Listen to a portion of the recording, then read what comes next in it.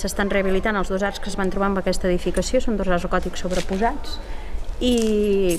diríem que la restauració dels arcs és l'anècdota per regenerar també tota aquesta zona d'espai públic, no?, que ens queda aquí per acabar d'endreçar tot el que és l'entorn del Museu Casteller.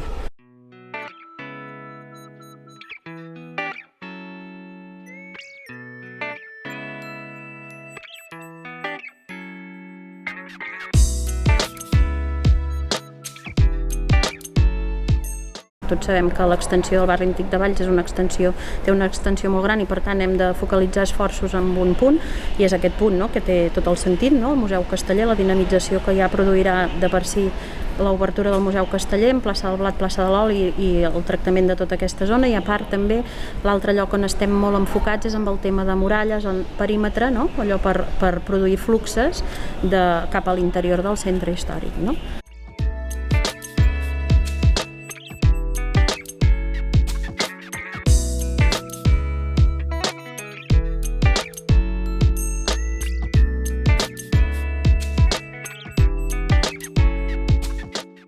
Durant aquests anys s'ha fet servir com a magatzem, però no s'hi ha fet cap actuació de consolidació estructural,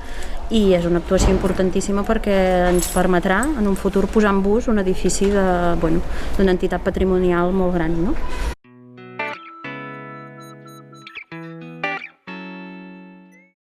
L'església de Sant Francesc s'està treballant, però en principi seran usos culturals, el que passa que s'ha de treballar amb el programa funcional.